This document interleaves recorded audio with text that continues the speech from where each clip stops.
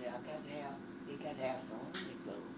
And I looked at it, I want to measure them out too much. He said, why don't you just take your old boat?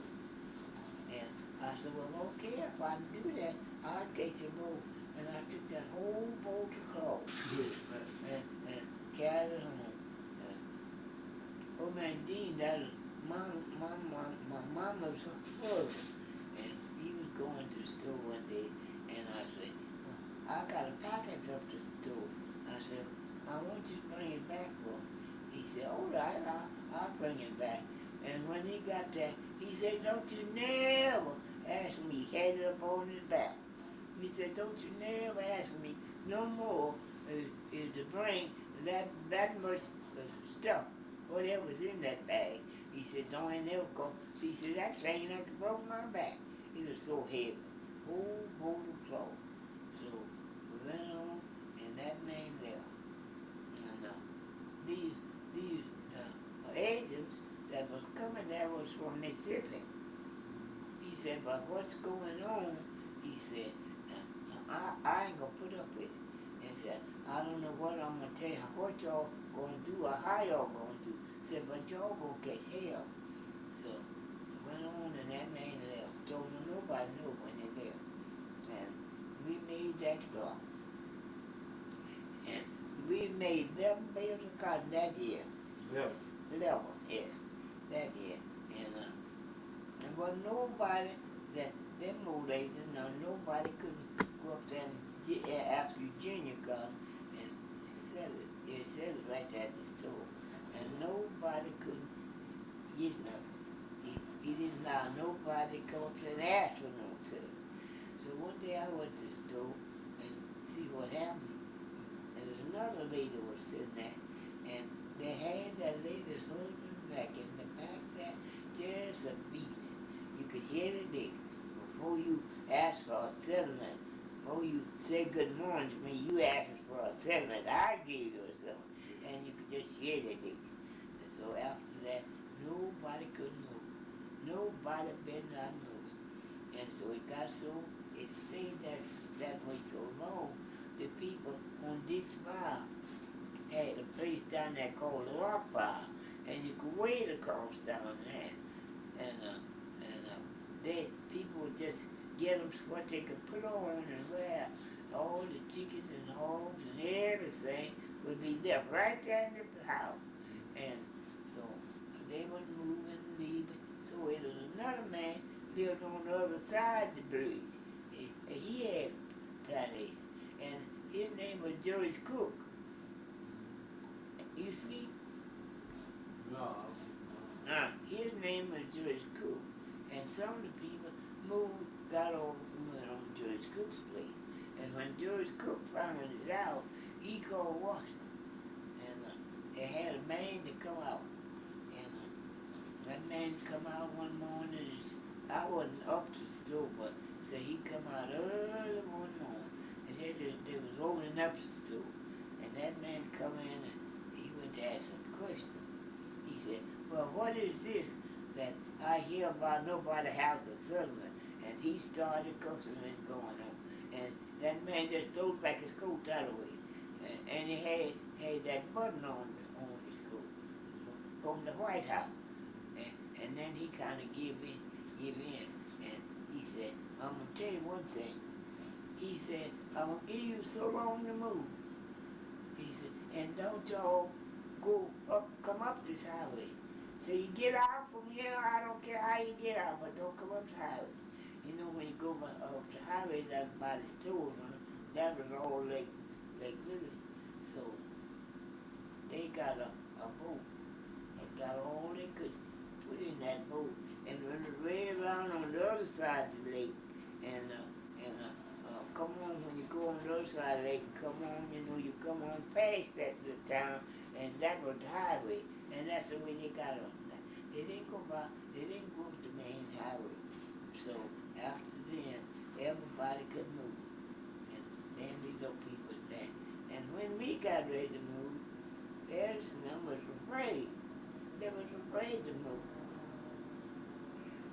Sam he had come down there. And he and Sam got their horses, cause they brought the horse from Mississippi and come across that green, not green, I can't think of the name, but anyhow, they come across that bridge and rode all the way from Mississippi to Arkansas.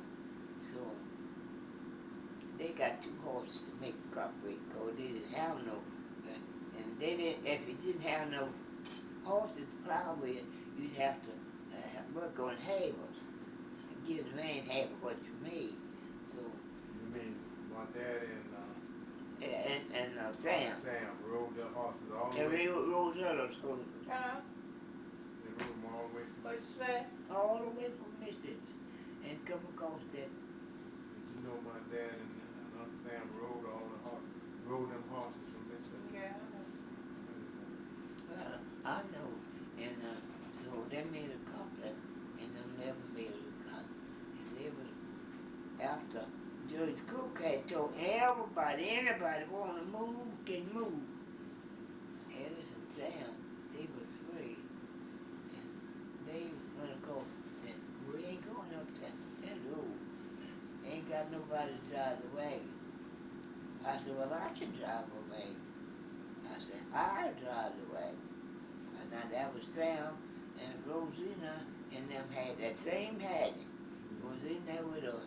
And she got her children coming up there and I was sitting on that driving the wagon. But I had told them put the shotgun in. I told them put the shotgun in the wagon and I would drive it. So I went on, and then when we got out the path to come over to Planet to the main road, yeah, come from there, call the man. Bucket, gonna stop us, you know.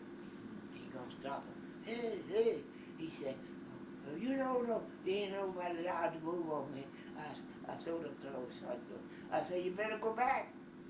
I said, you want to live, you better go back. And he said, yes, sir, I'm going. Yes, I'm going back. And when we got across the bridge, you know, we were safe. Yeah. And so, went down to Rockball and they rode across. But our horse, I had them to the wagon and I drove them. And but boy, I'm gonna put all them loads in there. So that's the way we got off of that place. I drove the wagon and got off. And when we got across that bridge, this far bridge, we were safe. Yeah. That life. But I'm telling you, that was a life. And people were leaving everything they had. Yeah. The cooking stove, the hog, and the cow, and chicken. And I told that man, I said, I ain't got nothing that belongs to me. I had my cow tied to the back of the wagon. I said, I bought this cow from Mississippi and it's mine. And I don't owe you nothing on it. I said, and all these children in here is mine. I said, and I ain't got nothing belong to you.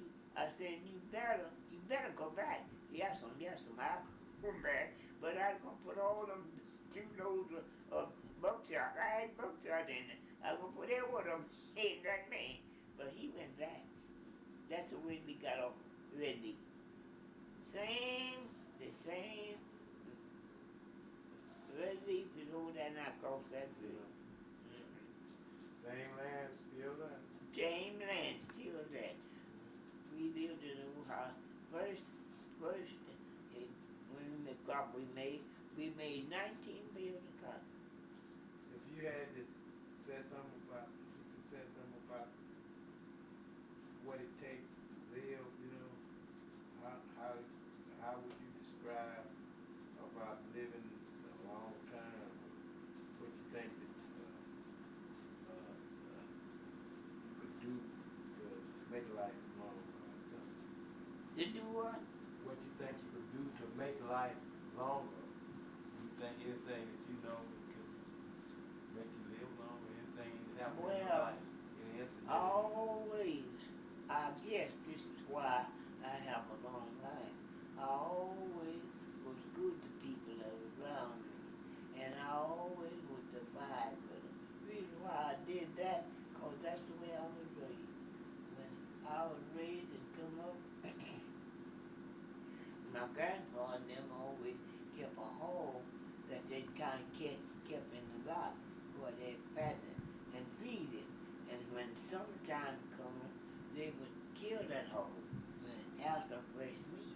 So all my little leg would girl, she'd be sending me around all the friends' house. They came visit me. And when she got through giving her that meat out, she didn't have none much left for herself. So that's the way I was raised. And after all, I would always divide. And I had some cow. My grandfather, when I married, he gave me a pig and a cow and a hen and a rooster. That was a start. Well, that cow had a calf that she was half Jersey cow. And she gives some, they had 16 pound of shit. And that old cow would give that 16 out of two tits now. I milk the two tits and leave two kids to the cave. And I just, I feel that 16-pound children nearby put all enough meat children at 2 because of milk night in the morning. And I children, and sometimes I get 4 pounds of butter because I had one day the molders. They said wash that butter in cold water, just wash it, wash it. They get all the milk out. Then I put it in that molder and had the thing clamped down and make a pound. And so I used to have 4 or 5 pounds of butter, 4 pounds and a half butter.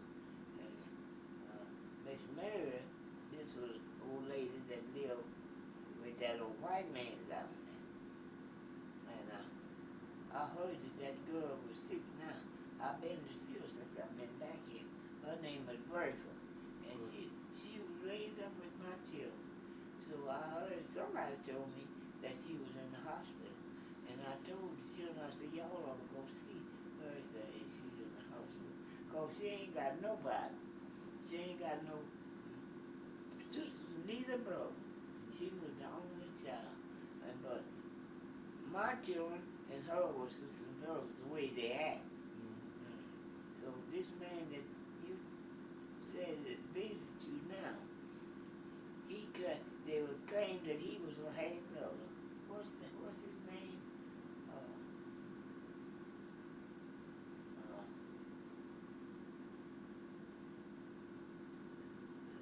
Maggie's first husband. What was his name? Charlie? No, that's her second husband. Oh. Tom Cox. Oh, Tom. Yeah. Well, he got another man. What was his name? Willie? Yeah, Willie what? Cox. Yeah, that's him. He's a half white man. He's what? Half white. Yeah, Willie Cox. Well, that Bertha claimed that he said he was her half brother. Half brother? She said he was her half brother. So she asked me about it when I went to see. I said, well, Bertha, I'll tell you the truth. I said, I don't know him. I said, but I know one thing. He would always come and visit with Miss Mary, and she'd fix up for him. She'd always tell me, well, you know, Willie would be in, and I got to fix for him. That's all I know. I said, but I know he was close to him. I said, well, he was your brother or not, I don't know. But if he was your brother, that's all she got. She don't know nothing. And she got old man Joe's money and her mama's money. But she ain't got nobody else close to her. So I think it was his neighbor said that she was in the hospital. I told him, well, y'all sure ought to go see her. I don't think Willie considered himself her brother. Well, that's what she said.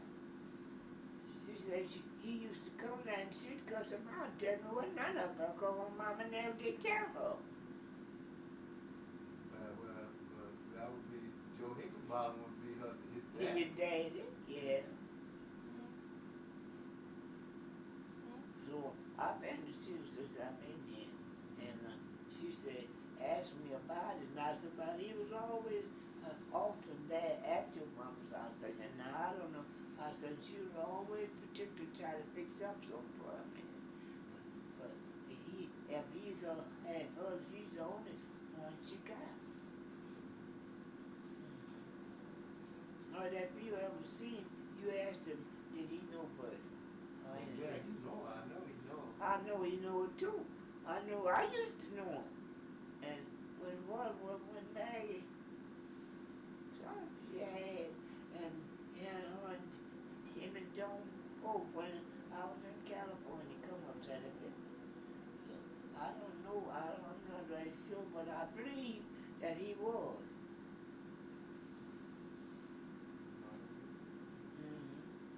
She said he claimed it.